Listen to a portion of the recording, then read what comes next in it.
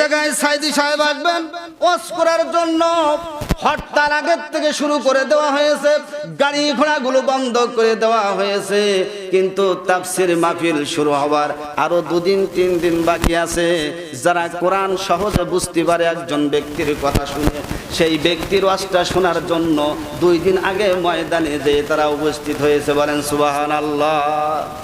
এইবার কিছু জালিমেরা জাহিলেরা তারা দেখলো কি, যে ব্যক্তিটার 2 দিন 3 দিন প্রোগ্রাম শুরু হওয়ার আগেই উপস্থিত হয়, হাজির হয় এবং সামান্য সহজ কথা দিয়ে মানুষকে বুঝাইতে সক্ষম হয়। রফিকুল ইসলাম মাদানী ছোট্ট একটি আলেম, কি একটা দোষ করেছে, কি অপরাধ করেছে, সেটা আমরা জাতির কাছে প্রশ্ন রেখে দিলাম। সেটা আমরা জানতে চাই। শুধু তার একটি মাত্র অপরাধ হলো সে কোরআনী কথা বলেছে, হকের দাওয়াত দিয়েছে এবং যারা জাহান্নামের পথে ডাকতেছে তাদেরকে জান্নাতের পথে ফিরিয়ে আনার জন্য কথা বলতেছে। সেখানেই তাদের একটি অপরাধ হয়ে গেল। সেই অপরাধের খাতিরে তাকে কি করা হয়েছে? ছোট্ট একটি মানুষ এরকম, এবং তার পায়ে বেড়ি দিয়েছে এবং তার মাজায় বেড়ি দিয়েছে, লোহার শিকল দিয়েছে, হাতকড়া দিয়েছে। এভাবে করে ছোট্ট মানুষটা হাঁটতেছে। একজন খুনি আসামি, একজন ফাঁসি আসামিও আমরা দেখতে পাই না অনেক সময় যে তাদের বেড়ি নেই, কিন্তু একজন কোরআনের আলেমকে বেড়ি দেওয়া হয়েছে। কি নির্মম একটি নির্যাতন!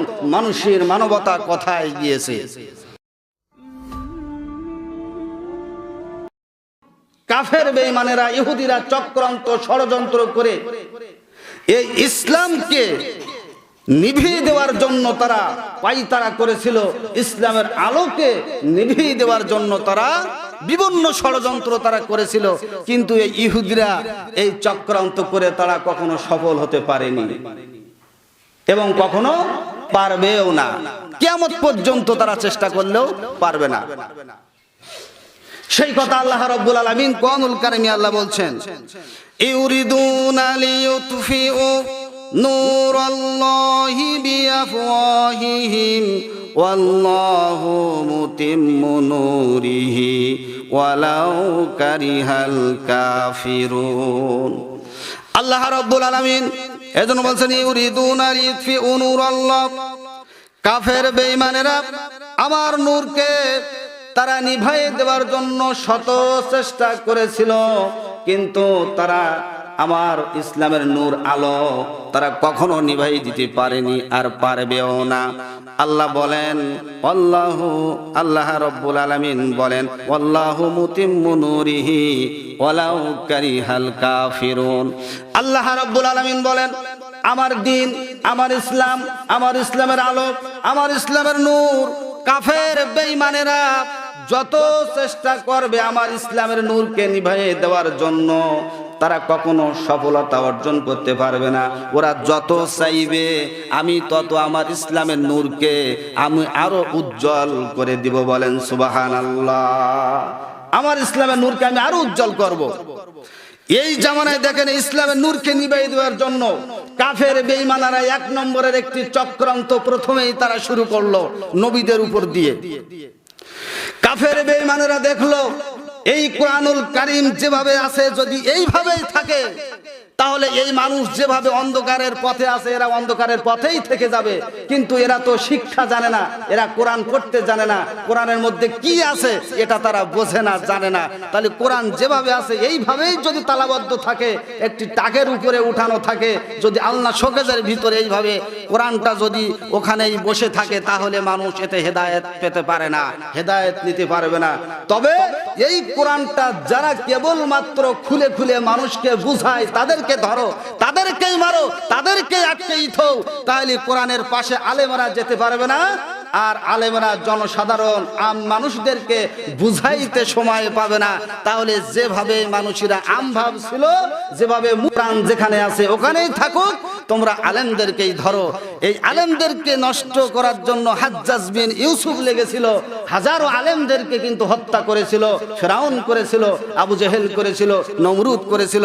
তাদের একটি মাত্র শুধু উদ্দেশ্য নিজেদের স্বার্থ হাসিল করার জন্য, নিজেদের যে মন মতো একটি ধর্ম প্রসার করতেছে, মানুষদেরকে সেই দিকে দাওয়াত দিচ্ছে এবং নিজেদের 240 নো চিন্তা এটা নিয়ে যারা চলতেছে এবং এটার উপরে তারা প্রতিষ্ঠিত থাকার জন্য তারা নবীদের উপরে আক্রমণ করা শুরু করেছে। যুগে যুগে বেঈমানেরা আলেমদের উপরে আক্রমণ করা শুরু করেছে। কথা বলেন ঠিক কিনা?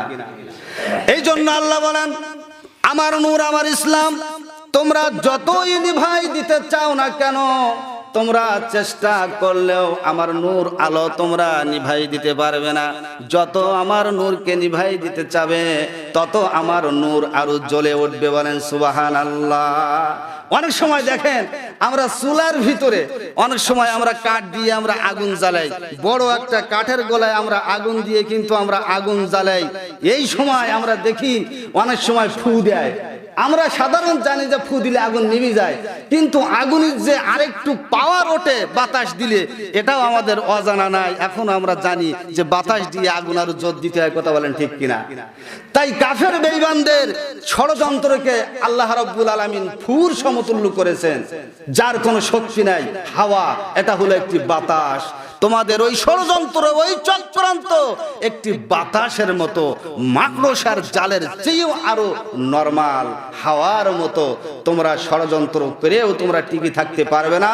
আমার ইসলাম, আমার নূরকে কিয়ামত পর্যন্ত তোমরা নিভাই দিতে পারবে না, আরো বলে উঠবে। বলেন সুবহানাল্লাহ। এই জামানায় দেখেন বড় বড় যারা তাফসীরবিদ ছিলেন, যেমন দিলার হোসেন সাইদি ছিলেন, কত সুন্দর তাফসীর করতেন।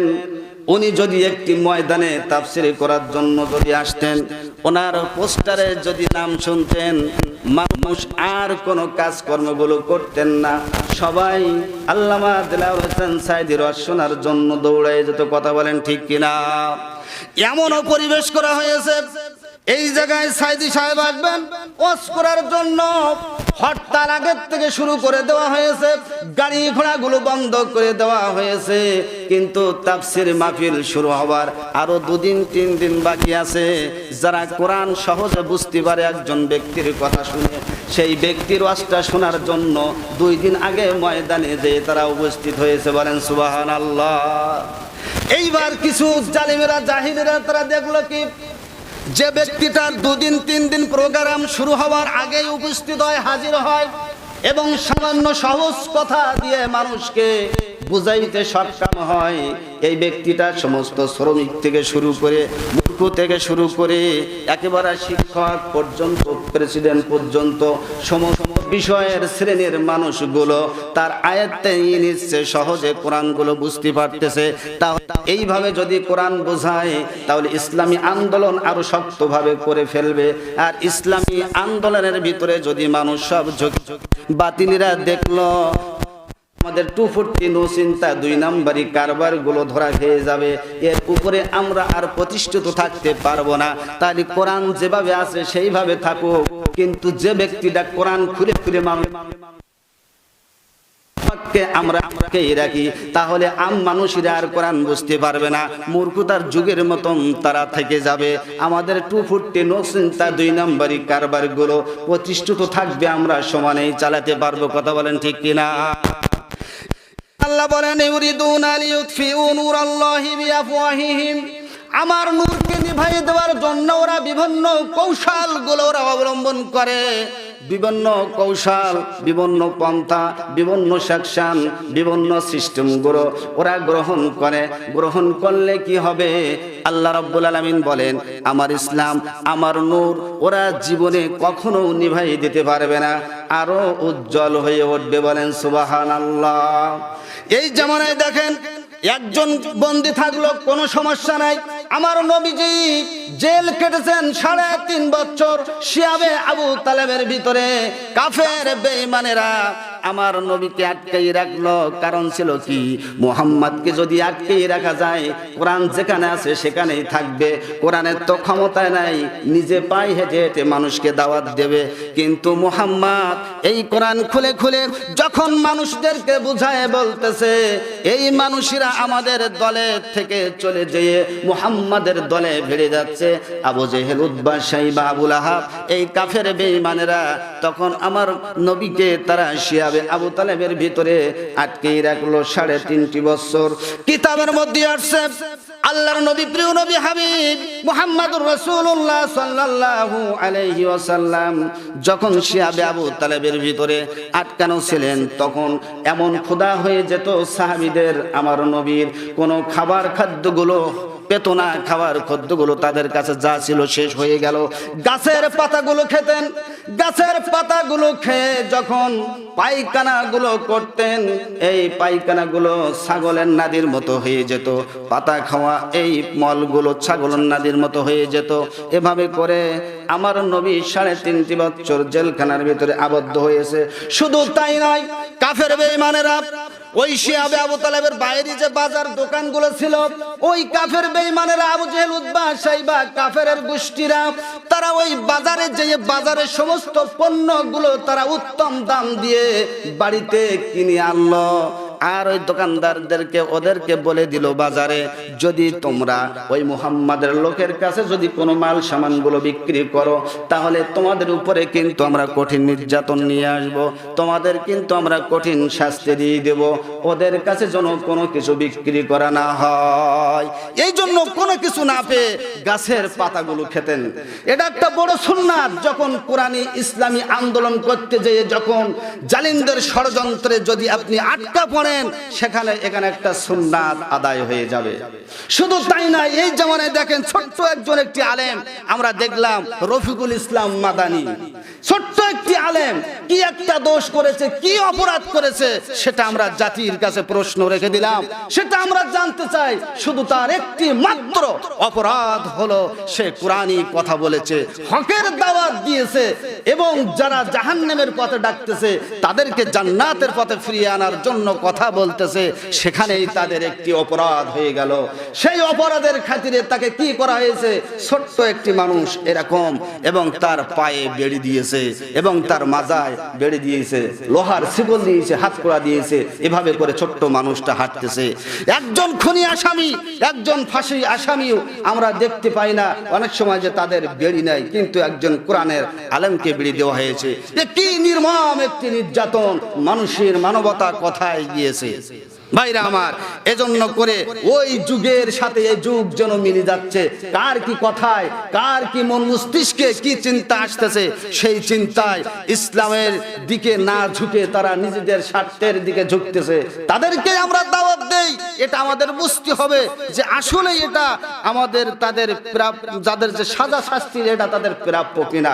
আসলে একজন মুসলিম কিন্তু কোরআন নিয়ে কথা বলতে চায়, একজন আলেম কোরআন নিয়ে কথা বলতে চায়। একজন আলেম বলে না যে সন্ত্রাসী শিক্ষা দেব, সন্ত্রাসী হও। একজন আলেম বলে না তুমি লেখাপড়া করো না, মাদ্রাসায় পড়ো না, তোমার পিছনে আমরা আছি, তুমি যতই পারো অপরাধ করো। এই কথা কিন্তু কোনো আলেমেরা বলে না। আলেমদের একটি মাত্র উদ্দেশ্য হলো পথহারা মানুষদেরকে আলোর পথে এনে, অন্ধকারের পথ থেকে আলোর পথে এনে এই জাতিকে তারা যেন জান্নাতের পথে চালাইতে পারে।